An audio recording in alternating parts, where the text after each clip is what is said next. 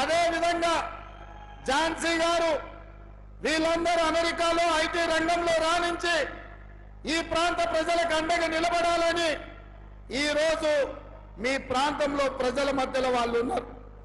అందుకే మిత్రులారా, సాగునీటి ప్రాజెక్టులే కాదు, ఐటీ ప్రాజెక్టులు, అదే విధంగా ఇండస్ట్రియల్ కారిడార్ హైదరాబాద్ నుంచి వరంగల్, వరంగల్ నుంచి రామగుండం వరకు ఈ ప్రాంతంలో నేషనల్ హైవేస్ ఏవైతే ఉన్నాయో ఈ నేషనల్ హైవే ప్రాంతంలో ఇండస్ట్రియల్ కారిడార్ తీసుకొచ్చి పరిశ్రమలు నెలకొల్పి నిరుద్యోగ యువకులకు ఉపాధి ఉద్యోగ అవకాశాలు కల్పించే బాధ్యత మన ప్రభుత్వం తీసుకుంటుంది. అదే విధంగా మా పద్మశాలి సోదరులు ఆనాడు రాజంజాయి మిల్లులలో పరిశ్రమలు రాణిస్తే అవి కాలగర్భంలో కలిసిపోయి, అందుకే ఈరోజు ఈ వరంగల్ ప్రాంతంలో టెక్స్టైల్ పార్కును అభివృద్ధి చేసి ఆ పరిశ్రమను ముందుకు తీసుకెళ్లి మా పద్మశాలి సోదరులకు అండగా నిలబడి టెక్స్టైల్ పార్కును అంతర్జాతీయ స్థాయిలో అభివృద్ధి చేసే బాధ్యత కాంగ్రెస్ పార్టీ తీసుకుంటుంది.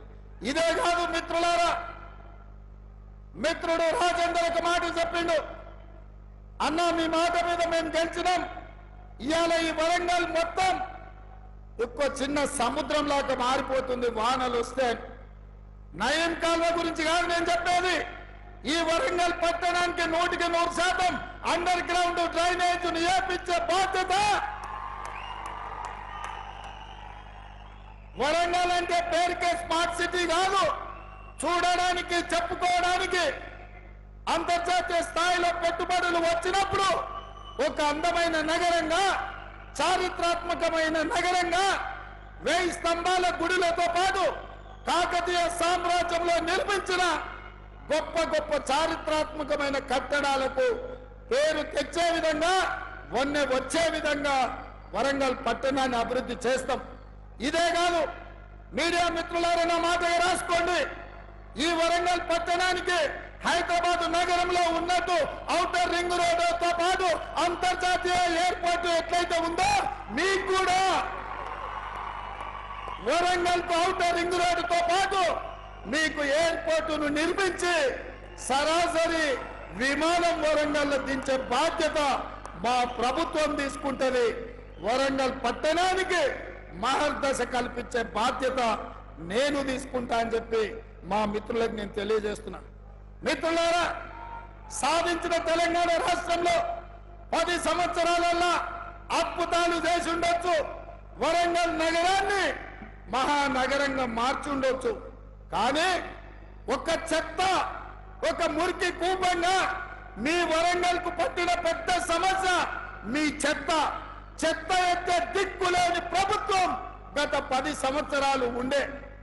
అందుకే వరంగల్ పట్టణాన్ని పట్టి పీడిస్తున్న ఈ చెత్త సమస్యకు తొందరలోనే శాశ్వతమైన పరిష్కారాన్ని చూపించి మీకు కరీంనగర్ కు, ఖమ్మంకు కలిపి పెద్ద ఎత్తున చెత్తను సేకరించి విద్యుత్తును ఉత్పత్తి చేసి జాతీయ స్థాయిలో మంచి పేరు తెచ్చే విధంగా ఈ ప్రాంతానికి పెట్టుబడులు తీసుకొచ్చి ఈ ప్రాంత చెత్తను శాశ్వతంగా పరిష్కరించే బాధ్యత మా ప్రభుత్వం తీసుకుంటది.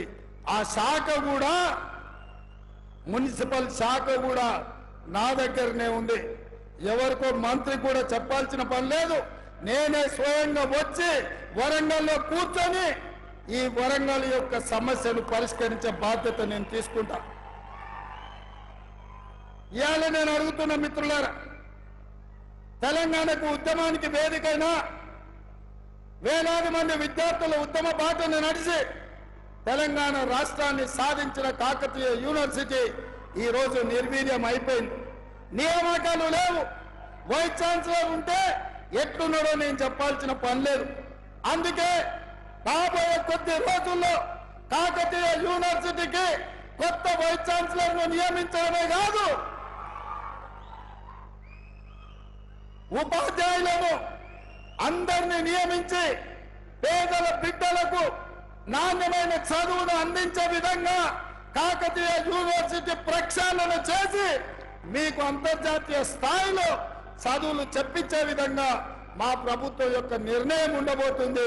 ఎందుకంటే విద్యాశాఖ కూడా నా దగ్గరనే ఉంది మిత్రులారా.